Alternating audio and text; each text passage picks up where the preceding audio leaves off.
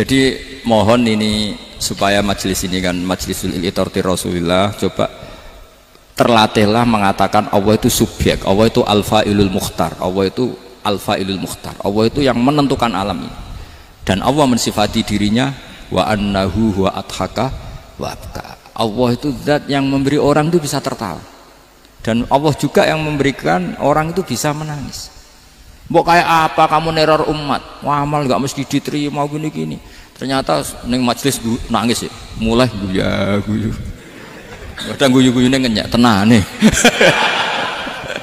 Daripada apa ya, agak-agak merodok orang yang dohirnya beda dengan batinnya, nggak perlu distatuskan seperti itu. Ya sudah biasa saja. Jadi nah fi muqaddimihim, imam besar dalam manhaj ini namanya Abul Hasan apa? Asyadzili. Abul Hasan Asyadzili itu kalau ada orang tanya gini, Beb saya ini susah, sholat saya tidak mesti diterima Allah gini-gini, marah. Nggak usah. Kafa bika jazaan an radiyaka laka ahlan. Sudah kamu ditakdir pernah sujud itu sudah keren. Saya itu andaikan dapat kabar dari malaikat bahwa sholat kamu tidak diterima, saya tidak susah. Bukan karena sombong. Pernah ditakdir sholat sujud ning Allah itu keren. Kayak apa malunya kita ketemu Allah kemudian kita di bumi tidak pernah sujud. Makanya itu Abul Hasan Asyadzili, kowe ora usah mikir sholatem ditampa ta ora usah mbok mikir. Kowe ditakdir tau sujud itu hebat. Kafa bika jazaan an radiyaka laka ahlan. Cukup kamu mendapat balasan dari Allah, kamu pernah ditakdir sujud. Gak perlu ngaji alim alama, gowo sawi ngalor ngidul jalalain keren. Paling gak malaikat pernah melihat kamu, wah gowo tak kitab kuwedi. Gak penting paham, gak penting. Karena isra bakat paham ngono.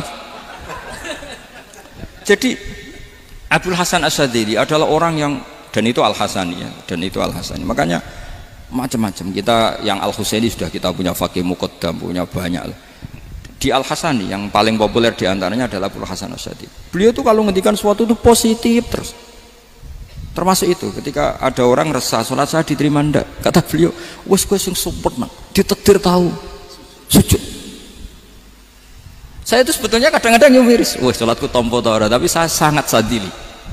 Sangat-sangat sadili. Saya nggak pernah berdoa ya Allah ibadah kami jenengan terima ndak, karena takut kalau doa gitu keterusan itu terus ditompo ora ya. Akhirnya keterusan gitu. Akhirnya ngenes. Masa orang pernah sujud ngenes? Lama-lama gini setan masuk, apa artinya saya sujud ternyata gak diterima. Lu wong kawula kok iskal tentang pernah sujud.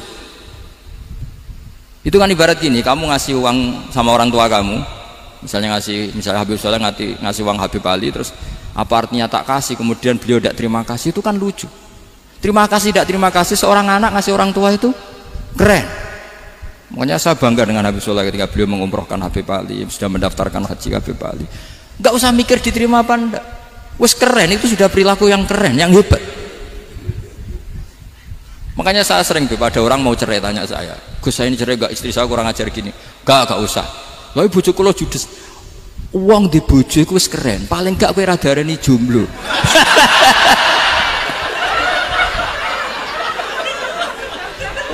Diarani dudul ora enak. Wis luwe sabar ndi diarani dudul mek diarani bojo judes. Enak bojo judes cek gagah. Di bojo lah. Oh iya. Provokator itu. Jadi kafabi jazaan an radiyaka laka ahlan, sudah ditakdir pernah sujud itu sudah keren. Dulu ulama ala hadan nampak. Ulama dulu cara berpikir seperti itu. Makanya ulama dulu kalau nafsiri wasjud waqtarib sudah pernah sujud. Di Quran enggak pernah ada ayat wasjud lan sujudo sira ingkana kada wa kada ingkunta mutayakinan bikobuli sujudi. Kan ada sujud ya sujud saja, tidak usah mikir makbul apa tidak makbul. Sudah kalau sujud pasti waqtarib. Terus saya sebenarnya ya sebagai orang ya kadang wedi, sholatku ditompo ta ora. Tapi kalau keterusan nanti ada was-was yang mengatakan opo artine sholat. Lu tuh kan ngeri seorang hamba sing uripe ning bumine Allah kemudian menyoal pernah sholat hanya karena takut gak diterima. Itu kan geblek banget. Dan saya jenis kiai yang di partai itu. Saya enggak tahu kalau kene ning dikom. Sedih umat masa kamu gak ono keren blas. Jadi nah nanti kalau misalnya ada manhajnya Habib Soleh yang tidak seperti itu tidak apa-apa, mungkin supaya orang nggak takabur, nggak fakhr, sehingga makanya mulai dulu lama itu ya partainya kalau nggak rojak ya khauf. Nah saya ini yang jelas terang-terangan ikut partai rojak saja, apa? Partai rojak, karena banyak yang sudah di partai khauf. Tapi saya rojak yang bil ilmi tadi. Makanya Sayyidina Umar radhiyallahu anhu itu yang namanya sama sujud. Saya itu punya kitab, Habib Soleh pernah tak tunjukin tulisan tangan saya, muji-muji sujud. Sayyidina Umar ketika ditusuk seorang gila itu Majusi, Abu Lu'lu' terkenalnya itu Hulamul Mughirah terkenalnya, ditusuk, dia sahabat, beliau sahabat wali. Jadi nusuk Umar itu kayak apa? Nusuk Mas Hakom aja dosa besar, apalagi nusuk Umar. Itu ketika ditusuk, dia itu ya punya dendam, namanya manusia itu punya dendam. Maksudnya namanya orang kan mangkel sama yang nusuk. Kalau orang mangkel itu inginnya kan yang nusuk itu masuk neraka. Tapi apa kata Umar? Ngendikan gini, tanya pertama, yang nusuk saya siapa? Orang Majusi. Orang Majusi, Hulamul Mughirah.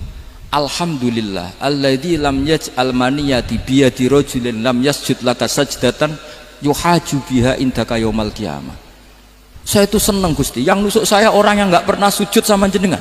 Jika kalau saya dendam supaya dia masuk neraka, saya nggak takut orang itu nuntut sama saya. Tapi kalau dia pernah sujud, pernah sholat, kemudian dia masuk neraka karena nusuk saya, kemudian dia berargumentasi, saya pernah sujud ya Allah, kenapa engkau masukkan neraka? Saya tidak berani jawab ya Allah, saking hormatnya sama yang namanya sujud. Jadi kamane dendamnya kesampaian cara Jawa ya. Dendam dengan tanda kutip ya, tidak makna semestinya. Jadi mangkel mbek sing nusuk nak mlebu neraka pantas wong ora tau sujud wae Gusti gitu. Tapi kalau pernah sujud kemudian dia masuk neraka karena saya, bisa yuhajuni biha yaumal qiyamah. Jadi kayak apa sujud? Saya apa? Nabi itu kalau muji sujud sampai ngitkan wa hatta takuna sajdatul wahidatu khairan minad dunya wa ma fiha. Nanti kalau kamu di akhirat ketemu Allah, kenangan terbaik kita apa? Di dunia pernah sujud. Keren aja. Cara ning pondok wis tau bayar syariah lho. Cara sowan kiai tau ngampopi Mas. Wis go jajan. Nah tapi kadang syaitan itu masuk tadi. Apa artinya sujud gak mesti ditompo, apa artinya sowan Habib ngaturi ra mesti ditompo, ngaturi kiai. Akhirnya ada ketakutan. Nah kalau ketakutan ini berlebihan lama-lama, ma faidatus sujud.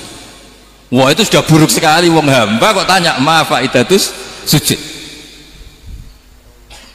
Nah ini di pentingnya mazhab-mazhab Syadzili. Jadi saya ngaji agak-agak uraan wa amdan.